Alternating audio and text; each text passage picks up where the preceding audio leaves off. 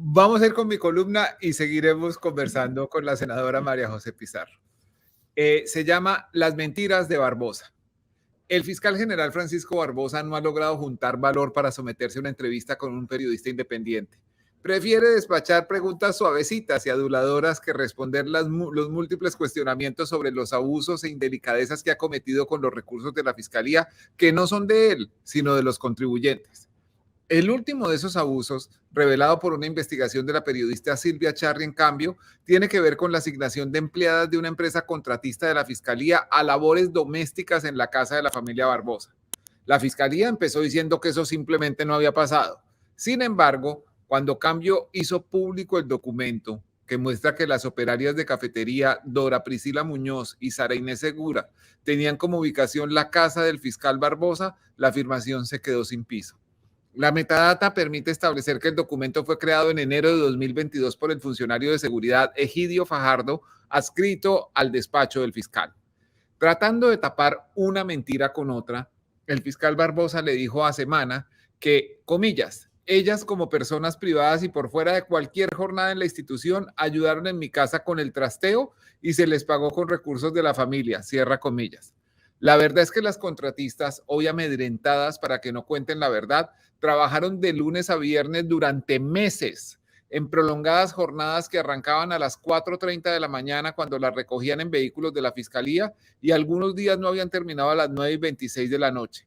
No eran los tiempos libres que servían en la casa de los Barbosa. Así lo demuestra este mensaje de WhatsApp que ustedes pueden ver en la página de los Danieles, un mensaje de la operaria convertida en empleada doméstica Dora Priscila Muñoz. La señora Muñoz seguía siendo asignada a la casa del fiscal Barbosa en marzo de este año, de acuerdo con el reporte del agente Fajardo. Entonces, ¿cuánto duró el rastreo? A juzgar por la cómoda entrevista del fiscal Barbosa, más de 7 meses, porque también usó el trasteo para justificar que su esposa Walfa Telles hubiera extraído 5 maletas de un piso arrendado por la fiscalía. El retiro de las maletas, de acuerdo con el informe oficial, tuvo lugar en septiembre 8 de 2021. Ocurrió a una hora inusual, eran casi las 9 de la noche, cuando la señora esposa del fiscal llegó a un edificio arrendado por la Fiscalía para la Subdirección de Bienes que maneja enseres incautados o abandonados y para la Dirección de Protección.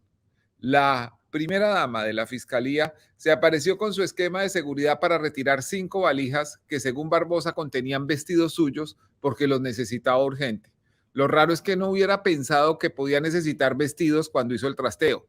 Debía necesitar también 2 máscaras venecianas que la señora se llevó esa misma noche. Lo único que le preocupa al fiscal es saber quién pudo haberle entregado la información a cambio, como se lo dijo a su interlocutora.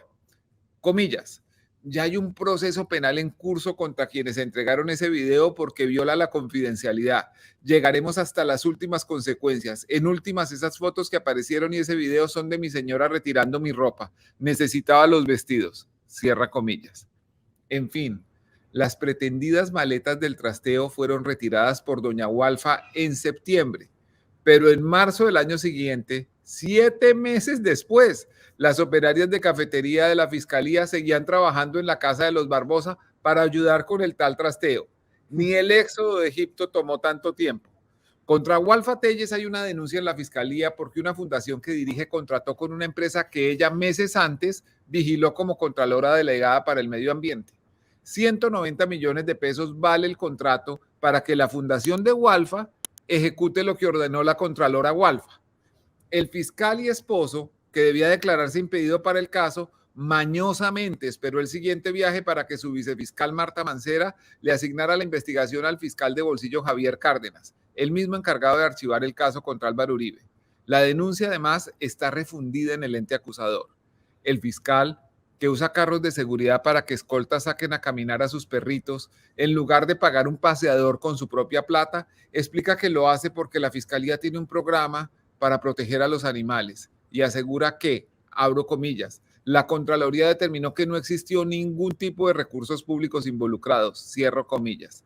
Una vez más, falta la verdad del fiscal Barbosa. Una fuente de la Contraloría General señala que ante la denuncia del columnista Joir Ackerman, el ente de control solicitó información a la Fiscalía y que, abro comillas, Se hará evaluación en la ejecución presupuestal de la vigencia de 2022 de la Fiscalía General de la Nación en la auditoría financiera que adelantará a partir de enero de 2023. Luego no puede haber conclusiones, la auditoría empieza el mes entrante. Toda esta entrevista regalada era solo un envoltorio para la única pregunta que Semana realmente necesitaba hacer. Abro comillas. Fiscal, no quisiera dejar pasar un tema que me parece de mucha gravedad.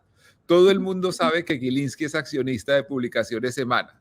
Le quiero preguntar por la decisión de la Fiscalía de abrir una investigación en torno a las acciones del juez quinto del circuito de Medellín, Rafael Antonio Matos, frente a las demandas de Sura y Cementos Argos en medio de la OPA por Nutresa. ¿Qué nos puede contar? Francisco Barbosa, sumiso con los poderosos, arrogante con los débiles, agrandado por el cargo y agradecido con la oportunidad de insultar a quienes lo investigan, respondió, abro comillas, de manera rápida le estaremos contando al país los resultados. Lo que no puede pasar es que se presenten dudas alrededor de operaciones de ese nivel, máxime cuando estamos hablando de empresas que además cumplen una función fundamental para los colombianos en torno a la alimentación y el aseguramiento de la salud. Cierra comillas. El juez, que se atrevió a fallar contra los intereses de los amigos del fiscal, ya sabe lo que le espera. Los periodistas, que lo seguiremos investigando a pesar de sus amenazas, también. Esa fue la columna. Muchas gracias. Tremenda. Tremenda, increíble. Sí. Increíble, además, cotejar simplemente las fechas. Es decir, increíble que todo un fiscal no capte que uno puede mostrar la mentira con esa elemental práctica, ¿no? Dice Daniel Samper Pizano, maestro del periodismo de investigación, que no hay soga más corta que un cronograma, que una línea de tiempo. Claro. Muy buena frase. Me gusta como para mí. Tremenda. Y Barbosa Perdón, Dani. Sí. No, me pregunto cuánto más se puede ordeñar esta ubre bastante jugosa del fiscal. Es decir, ya ¿cuántos años llevas denunciando cosas del fiscal?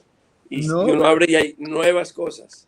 Pero es que es un filón inagotable el de los abusos y las indelicadezas que ha cometido este señor en un cargo en el que lo puso su compañero de pupitre, en el que no tenía ningún merecimiento para llegar y, como siempre, fue el gobernante de turno buscando un fiscal que le cubriera la espalda para sus propias andanzas. Yo espero que cuando termine el periodo de este fiscal y en este nuevo gobierno se busquen fiscales con otras características, que no sea un compadrito el que termine elegido en ese puesto que es vital para el país. Y una cosa que Barbosa siempre ha hecho es, y yo creo que la gente que defendemos la libertad de prensa en la sociedad civil no le hemos parado suficiente atención, y es, a él le molesta profundamente la gente que habla con los periodistas. Cualquier escándalo que sale, acusaron al señor en RTBC, a Vieri, de censurar a Santiago Rivas, lo cogieron grabado, y él le inició un proceso a la periodista Diana Díaz, que grabó. Y así con todo, a él lo que le molesta son los soplones, pero no las cosas que están alimentando el periodismo de investigación. La preocupación principal es mantener la opacidad en el manejo de las entidades públicas. O sea, lo que le parece grave es que haya una pequeña luz de transparencia frente a los abusos que se cometen. ¿Cómo va a ser posible que este hombre diga que las señoras trabajaban en su tiempo libre y por una propinita que él les daba, cuando está claro que trabajaban de 4:30 de la mañana a 9 de la noche? ¿Cómo va a ser posible que diga que ayudaron en un trasteo cuando estuvieron al menos 7 meses en ese trasteo? Sí, ojalá alguien lo hubiera preguntado. Yo creo que lo que sí tiene que suceder es, yo creo que una solicitud ahí sí urgente al Consejo de Disciplina Judicial, a la Comisión de Acusaciones del Congreso, imagínate tú que es allí donde reside, es a quien debe responderle el fiscal, ¿A quién se la manda uno? ¿Al presidente que está llamado a indagatoria por la Sala de Instrucción de la Corte Suprema de Justicia por un proceso de corrupción? ¿O al vicepresidente que es el hijo de Jorge 40? Ahí están pues detenidas varias investigaciones importantes justo en la Comisión de Acusaciones de la Cámara de Representantes del Congreso de la República. Pero sí se requiere una investigación. Miren, no solamente es todo lo que denuncia Daniel en la columna, lo que ya han denunciado otros periodistas, lo que se ha denunciado en la opinión pública desde el paseo en avión en plena pandemia a San Andrés con la familia, con la pareja, la dupla del Contralor y el Fiscal General de la Nación, recordarán, ¿no? Todos sí, confinados y ellos en San Andrés de paseo en los hoteles. Y en los jets, en el jet oficial de la Fiscalía y en un avión de la policía para que llevara al Contralor. Entonces, como el Contralor estaba casado, el Contralor estaba casado con la directora administrativa de la Fiscalía y el fiscal estaba casado con la Contralora delegada para el medio ambiente, hubo de pronto como un swinger burocrático. Institucional, sí. Y terminaron devolviéndose cada cual en su avión. No, es una cosa bonita. Mira, yo he denunciado recientemente y sea esta también, mejor dicho, aprovecho los Danieles como tribuna para poder ampliar la denuncia. En el mismo caso de mi padre, el fiscal que llevaba el caso por el magnicidio de mi padre y el de Bernardo Jaramillo Osa, además las investigaciones en contra de nosotros por las amenazas en contra de nosotros no, investigaban las amenazas de las águilas negras. Fíjate que el fiscal fue de manera abrupta hace un par de años trasladado al Chocó sin la más mínima, digamos, información de por qué esta persona, este fiscal, que era el único que ha hecho algo en los últimos 32 años alrededor del caso por el asesinato de mi padre, que a veces me parece más una retaliación, a veces política, o no puedo entender por qué cambiaron el fiscal, que es otra de las modalidades de la impunidad, porque ahora le dieron el caso a un fiscal que en los últimos 2 años no ha hecho absolutamente nada y la única persona sindicada está a punto de salir por vencimiento de términos, cuando además el fiscal que estaba al frente del caso ya adelantaba líneas de investigación, conocía el proceso y iban a empezar a entregarse muchas verdades que la sociedad colombiana necesita hoy, no solamente yo o la familia, sino la sociedad colombiana. Quiere decir que el manto de impunidad que hay alrededor de él también se está imponiendo a los graves crímenes de derechos humanos, imponiendo una lógica de impunidad, una técnica, una estrategia de impunidad que es sobrecargar a los fiscales con casos, fiscales que no tienen y que no conocen los casos y eliminando toda una tradición, aunque reciente y aunque no era del todo funcional, de fiscales que realmente estaban comprometidos con los casos. Yo le he pedido al fiscal de la Nación una reunión urgente para poder tratar este tema. Sigo esperando que el fiscal me dé una cita para que me explique por qué el único fiscal serio comprometido que había hecho algo en 32 años por esclarecer el caso del asesinato de mi padre lo hayan trasladado de manera abrupta y el caso esté nuevamente en la absoluta impunidad 2 años después de ese traslado. Pero siga esperando. Ha sido una conducta reiterada de este fiscal. Los fiscales que están manejando casos que le molestan a él o a sus amigos son indefectiblemente trasladados o despedidos. Daniel Cardona era el fiscal que adelantaba el caso contra el hijo de Luis Alfredo Ramos. Cuando ya tenía listo por la imputación por el soborno a un fiscal para desviar la investigación, que además terminó con la muerte de un testigo, con Carlos Areiza, una muerte que, por cierto, nos remite a un Twitter de Uribe celebrándolo. Ese fiscal recibió la orden de traslado a Tumaco cuando estaba además atendiendo el nacimiento de sus hijos enfermos.